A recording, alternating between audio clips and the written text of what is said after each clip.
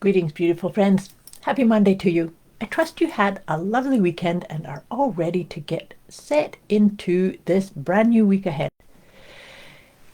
Here we are with our usual Monday check-in and our inner compass forecast. Getting this all discombobulated.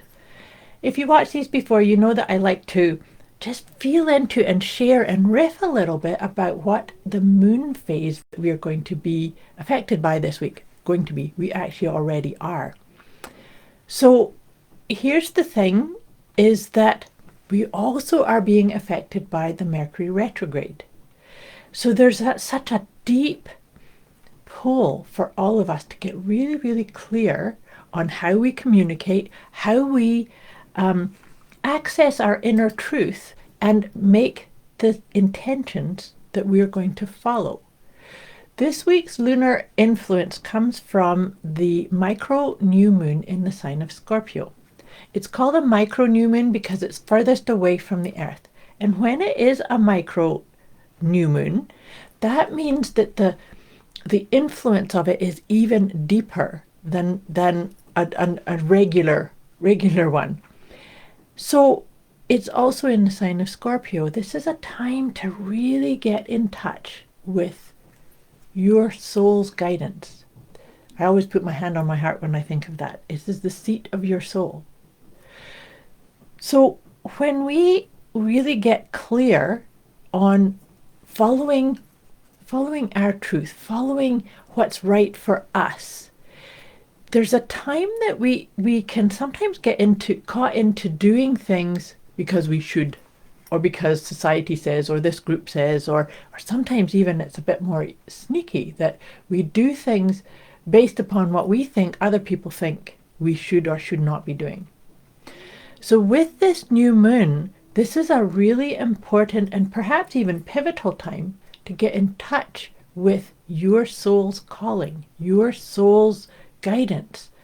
What do you need to do to maybe even honor and say, yes, this was working for this chapter or this phase, and now I'm letting go. I'm letting go of that, and I'm actually really getting in touch with following what is the best illumined, highest path for me. Feel into that.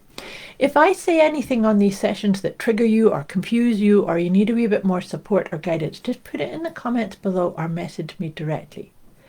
So here's the thing about this micro new moon in the sign of Scorpio. Perhaps this might be a time for getting really clear on, oh gosh, I am following an agenda or following a should. And now I'm going to start planting the seeds of what I want to take into 2026. You see, the year 2025 collectively has been a massive year of letting go. And I said about the Mercury retrograde part too, I love it when there's Mercury retrograde, because if things start coming up for review or things kind of get a little bit confusing communication-wise, communicating you to you, it's time to kind of go, oh wait, where is clarity? What do I need to better express from my soul? And then allow that to follow and flow on into what is it you're wanting to create more of, to experience more of. Where is yes? Where do you pause and just kind of come into, how do I feel about myself here? If you've watched these before, you know that's one of my favorite questions. How do I feel about myself here? We're looking for, I feel connected, I feel authentic, I feel like I'm really getting in touch with my sovereign self. There's a very strong impulse for that, for us to really step into and claim. Are you following that? Are you feeling it?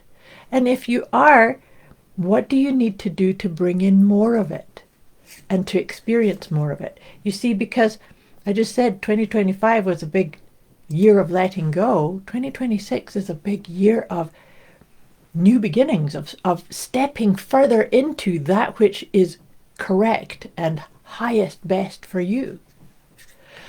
Okay, take a deep breath.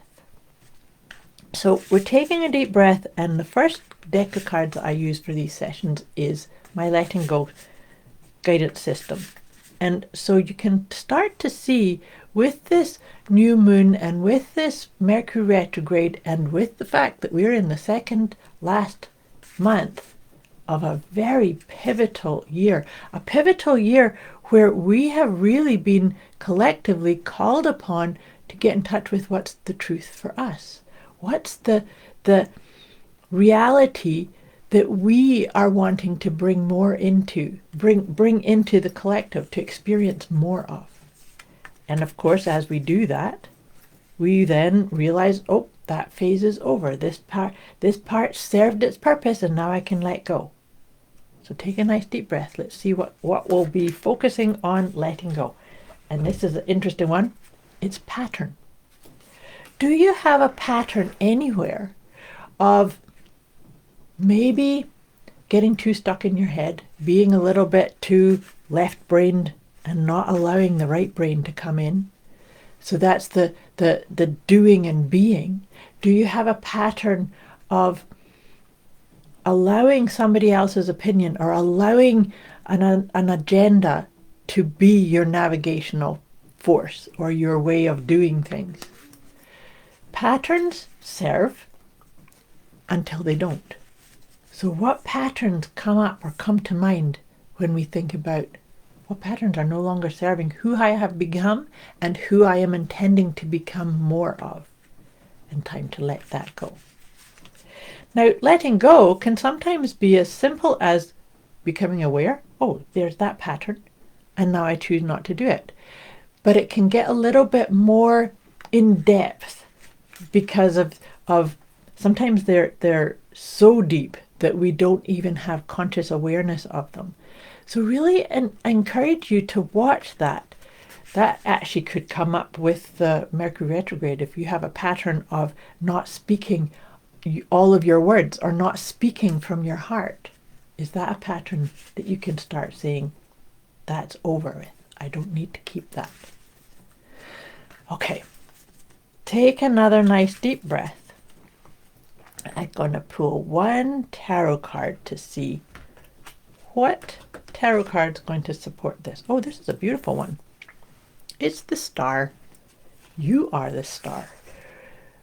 You know, that's such a beautiful one too, because this energy of claiming your sovereignty, of really stepping into your authentic nature, of really embodying your gifts, your talents, your truth. That is such a strong inspiration of these times that we're in. So really allowing you to sort of drop into that awareness and bring more of that into your everyday conversations. And it doesn't matter who those conversations are, even in your own contemplation, even in your own journaling, even in your own setting your intentions. You know, the other thing that I was thinking of recently is that this is actually the time of year where I start to put my focus on what's my one word theme. I actually really enjoy doing that. I've been doing it many years. I'm going to share more on that in future sessions, but I like to start thinking now, what is my theme for this new year that we're starting to get ready for? We're starting to see that on the horizon. And this time of the micro new moon and the setting intentions, my theme for this year, for 2025, was innovate. And I think it kind of came up for me around this time last year. So I'm just planting that seed for you. Just watch. You may not want to choose it until the Mercury retrograde is over, which is over at the end of this month. But you can start getting some ideas. So I've been shuffling these cards. I've decided to change things up. I'm using a different deck of cards for these sessions starting today. And this is from the Wisdom of the Oracle. So let's just see Wisdom of the Oracle cards, what do they have to say or to guide us or to help us drop deeper into this powerful energy? The first one is to the sea. I like that. To the sea. That feels very much in alignment with what I said about how do I feel about myself here. Water, to me, is about emotions and feelings. Do you bring your feelings into the decisions that you make, the choices that you make, the intentions that you start to bring into? The next one is to go the distance. That's a very interesting one too. To go the distance. Go the distance that is required for you, by you, to get in touch with your truth, to get in touch with what is your best outcome, what is the highest octave or the highest expression of your soul energy. And follow it, because you are worthy of going the distance, of going all the way. Oh, and this is a good one too. The last one is flexible. I like that. I was actually having a conversation just recently about the tendency that we can have of needing to have things set really rigid in it. Here's the plan of action. Here's the way I want it to be, and then let go and be flexible. So can you bring some flexibility into your intention setting and actually maybe even a wee bit of a sense of humor? I feel like there's sense of humor when we start to be flexible. It's like, oh, if I had my druthers, this is how I'd want it to be, but here's how it's showing up. And actually then allowing yourself to flow with that. I trust that makes sense. Like I said, if you need some more support or guidance or information on any of this, just pop it in the comments below or message me directly. But I'm just about to send you off into this magnificent week ahead. But I'm going to just pull one of my Liberate Your Inner Truth, because that's a strong impulse for this week, is to really get in touch with and navigate things through your truth, your absolute truth internally. Oh, this is a beautiful one. They all are. It's I am meaningful. You are meaningful. Everything that you do and choose and navigate towards and navigate away from, there's meaning for it.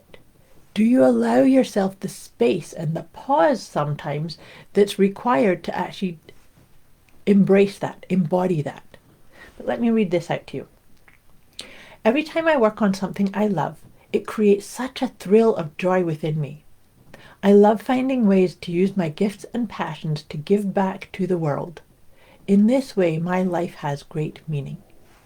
That's a beautiful way to sum up the ideas and the energies for this week. I wish you a superb week ahead. I will be back again with you next week. Thank you for watching. And like I said, if you need any further clarification or support, let me know. Much love to you.